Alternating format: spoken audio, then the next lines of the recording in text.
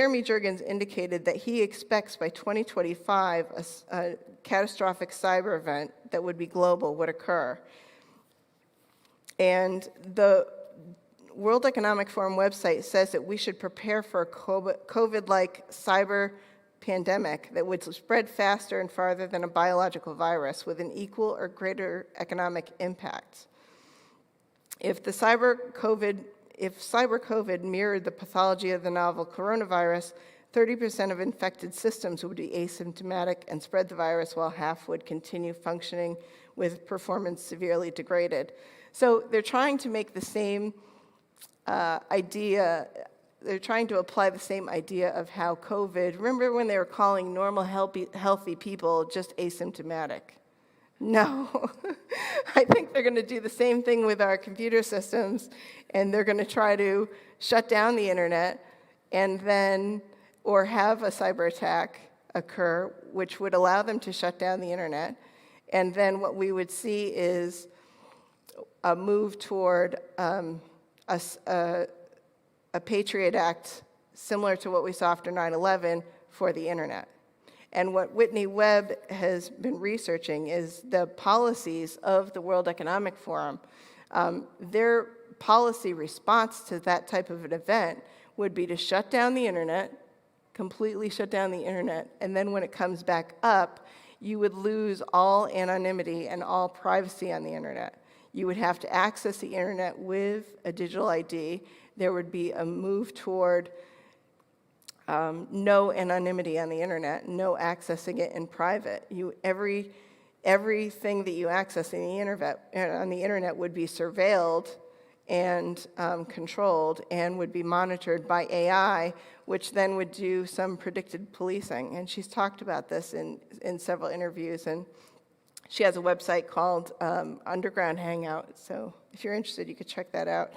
So she suggests that what we could see in the internet a year from now is very different from the internet that we see now.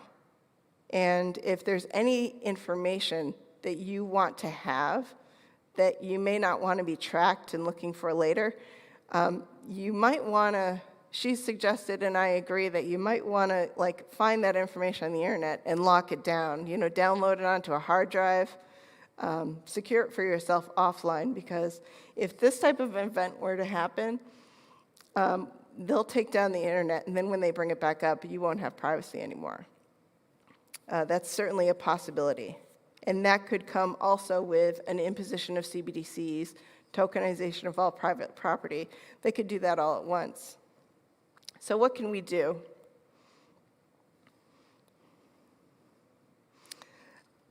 So there's many things that we could do. A lot of the speakers have talked about having your own garden. That's a wonderful thing to do. We should move to the country, like Elder Hines talked about, if we can. I think an excellent thing to do would be to improve our foraging skills, because Matthew 24:20 says that pray that your flight be not in the winter or on the Sabbath. And I think we should pray that, because at some point we do know that we will not be able to buy or sell. Our assets will be taken away from us, and we will be on flight during the time of trouble. And yes, God will provide for us, but wouldn't it be nice if we could help God provide for us by being able to identify those plants that are nutritious and healthy and safe to eat? Improving our foraging skills could make that time a little bit easier. Find and buy food from a local farmer when things get tough.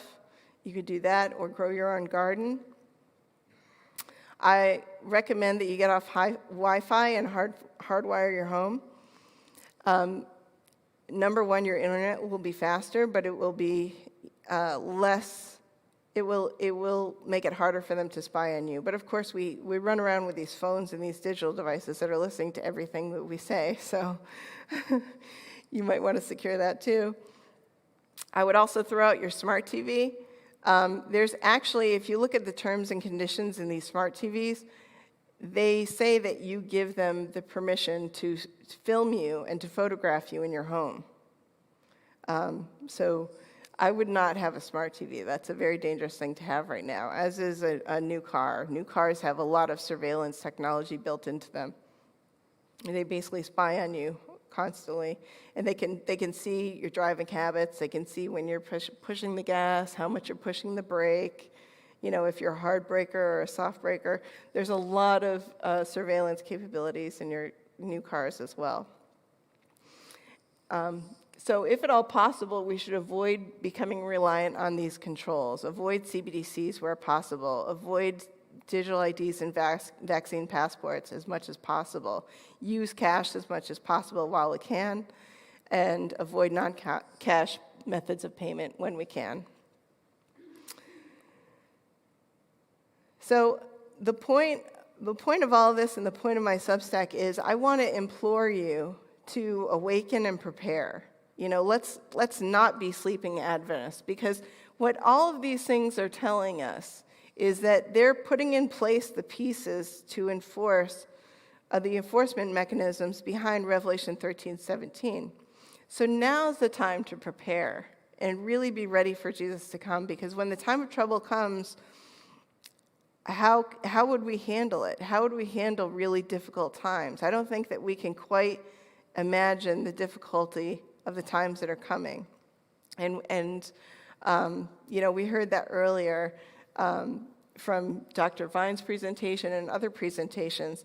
The time of trouble is going to be really difficult. It's going to be worse than what anybody's ever seen before in history. And we should be prepared for that. And the way we can be prepared for that is to use the tools described in Ephesians 6. Have faith, have the breastplate of righteousness, have the truth, use the word of God. We need to really strengthen our relationships with God during these times and be able to depend on him for anything, and just be totally dependent on God, because we're going to need to be during these difficult times that are ahead of us.